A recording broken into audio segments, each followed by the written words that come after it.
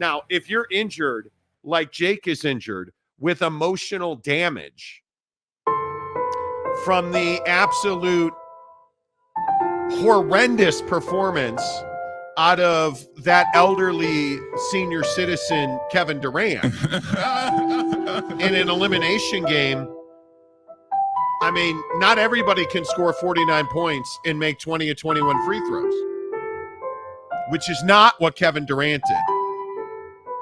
You going to make it, or are you feeling okay? Yeah, I mean, look, the reality is no matter how many points you put up in that game last night, they lost. So, Well, the reality is that Devin Booker's the best player on that roster, and Kevin Durant is not. Right. Are you ready this morning to mea culpa this bitch? Nope. You're not? Nope. Why? Nope. Why? Because they got swept.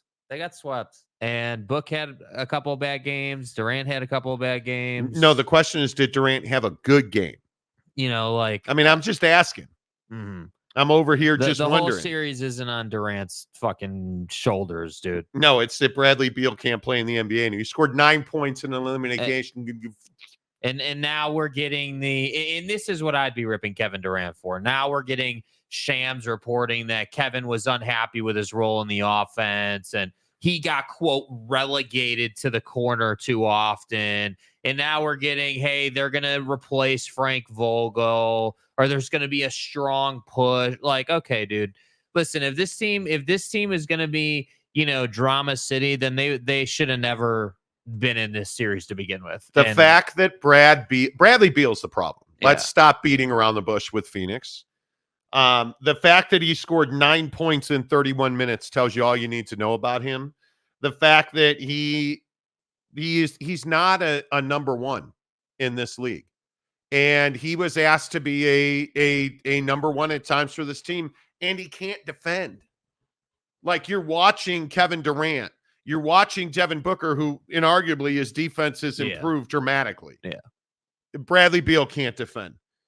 And you're stuck. You have these three guys. You're not trading Kevin Durant or Devin Booker. I would imagine you would try to move off Bradley Beal.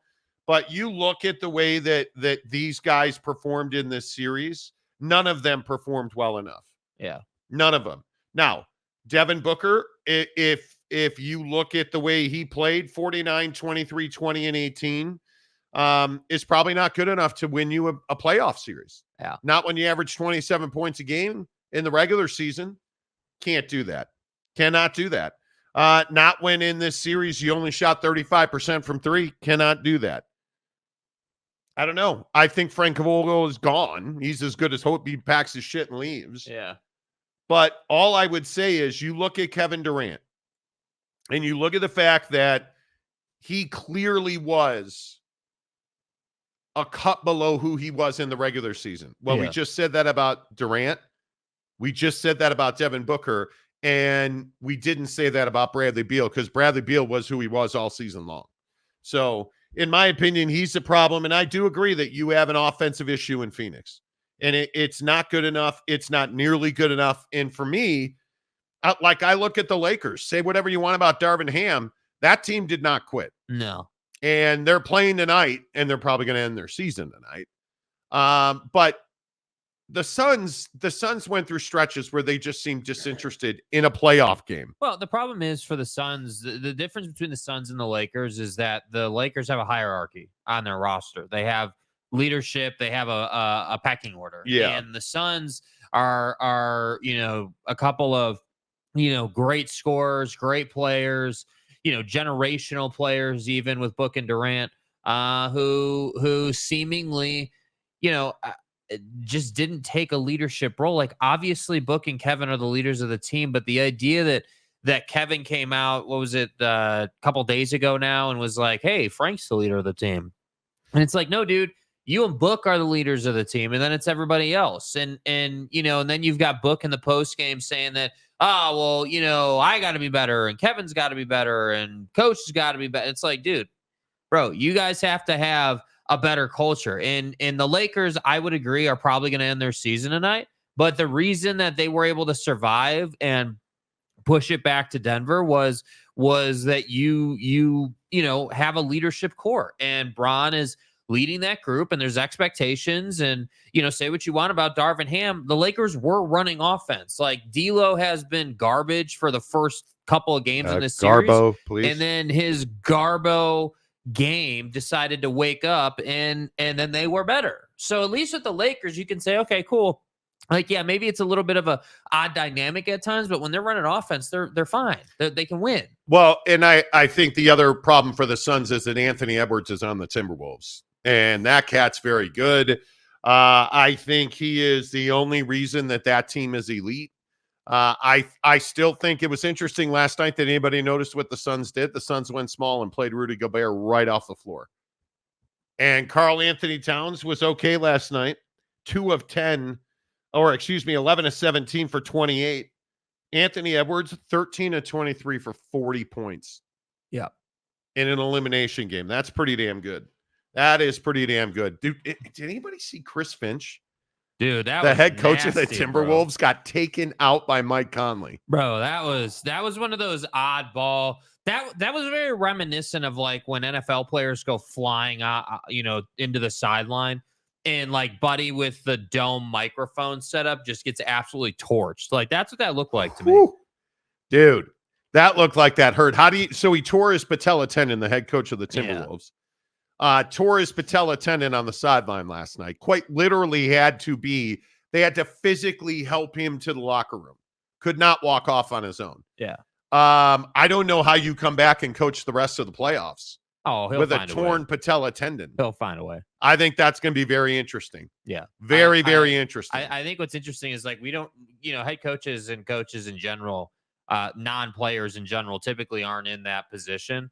But you can't tell me that Chris Finch isn't sitting here saying, man, like, dude, if Anthony Edwards is going to play this good, like, we got a legitimate shot to at least make a finals appearance. Like, I don't like, even if you compare the Wolves to OKC, or you compare them to the Nuggets, or whoever you want to compare them to. Yeah, let's not get carried away. I mean, you really think that they can go to the finals? Yeah, I do. Yeah, I don't see that. Anthony Edwards is the best player right now in the West. Who's going to stop him on the Nuggets? Help me understand who's going to stop him on the Nuggets. Who's going to stop him on OKC? The issue's not Anthony Edwards. The issue is not Anthony Edwards.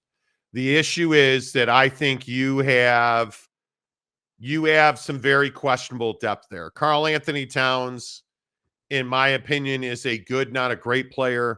I think you look at the rest of that team and you look at their major contributors. Mike Conley last night looked tired.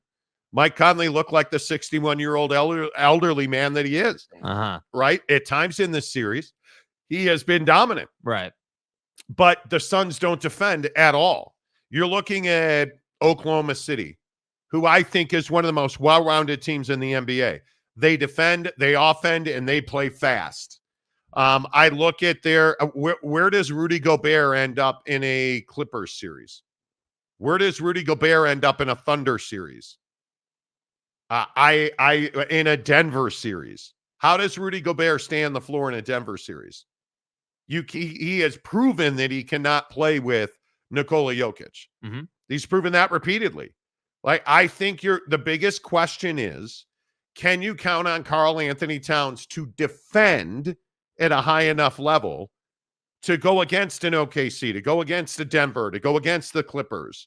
Because the Clippers, whether you want to talk about it or not, James Harden is balling his ass off for them right now. And did anybody notice what they did to Luka Doncic? The Clippers in this series, there's a trend where they're making Kyrie Irving win games and they're not winning games. The Clippers are isolating Luka Doncic, making his life difficult and forcing Kyrie Irving to win them games, which he's not doing. Right. Putting up great numbers, not winning them games. And I think there is not a real good matchup for this Timberwolves team after this series. Because I don't know. We can project forward, and my biggest question about this team is, can you count on a Jaden McDaniels? Can you count on a guy like I don't know, who's their best player off the bench? Like a slow-mo, Kyle Anderson. I don't think their depth works against the better teams in the West. Anthony Edwards, phenomenal player. Karl Anthony Towns is their number 2. My question is, what happens after that? Because your best player is always going to get his. Devin Booker scores 49 last night. Best game of the series. They lose, and it wasn't close. Wasn't close. Mm-hmm. You look at the Lakers. When Anthony Davis and LeBron James perform at the top of their game, they're going to win games because they have more depth. They have a guy like Austin Reeves, right? But if Austin Reeves doesn't come through, the Lakers lose. So I'm asking you, who's Minnesota's Austin Reeves?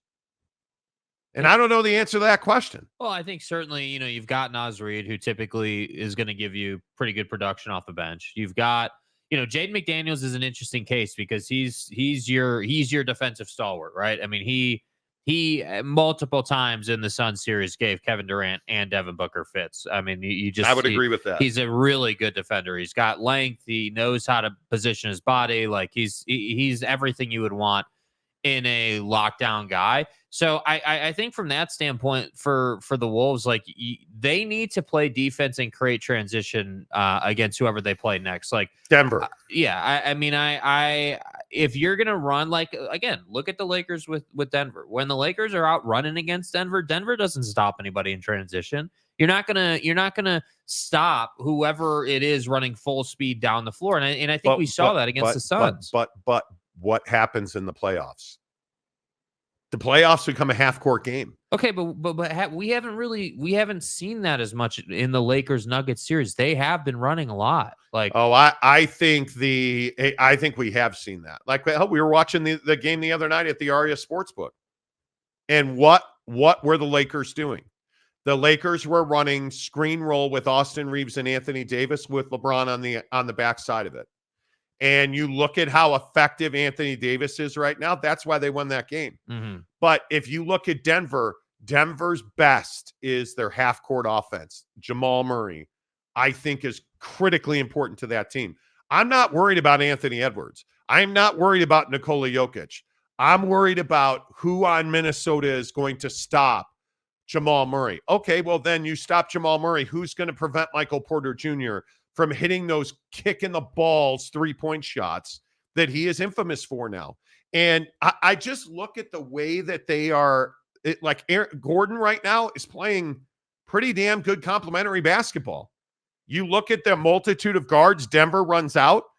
I just don't see how you go man for man Denver versus Minnesota and pick Minnesota in that series. I'd have a really hard time doing that. Yeah, I mean, the reason I could do it is because I don't look at it just on, like, yeah, if you go roster versus roster, you just compare them on paper. Like, yeah, obviously the Nuggets have a better roster. There's no doubt about that. I mean, their bench is why they've been prolific. But I also look at Denver and I say, are we not going to account for the fact that they've been playing a ton of basketball, that they've been in deep playoff run after deep playoff run the last several seasons? You're telling me that's not going to catch up to you against the young legs that the Timberwolves have? You telling me that when you get to, let's say game 3, that you're not going to start to feel fatigue against a team that I can guarantee you, like, I'm not saying the whole series is going to be decided in transition, but I guarantee you part of the strategy is going to be, hey, like, let's outlet. Let's get down the floor. There are so many times,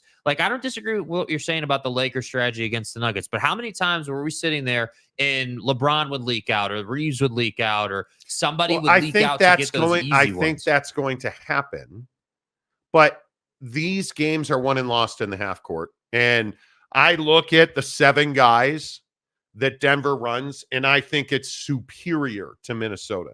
I think it is. Kentavious Caldwell-Pope is not scared of any shot. That guy's won multiple championships playing 40 minutes for them. I think the Jamal Murray, Jokic, Porter, Gordon, Watson, Christian Braun, I think that 7 is better than anything that Minnesota can run. And I think that, again, we've heard all this stuff about Rudy Gobert being an offensive threat now. Well, he changed that narrative last night. There were several times where he bricked. But that's my point. I don't think that you can trust the top 7 guys in Minnesota to be better than the top 7 guys in Denver. And I still maintain that Denver's still one of the best home court advantages in the NBA. And that doesn't even account for the fact that Boston's going to choke on a D and lose this series.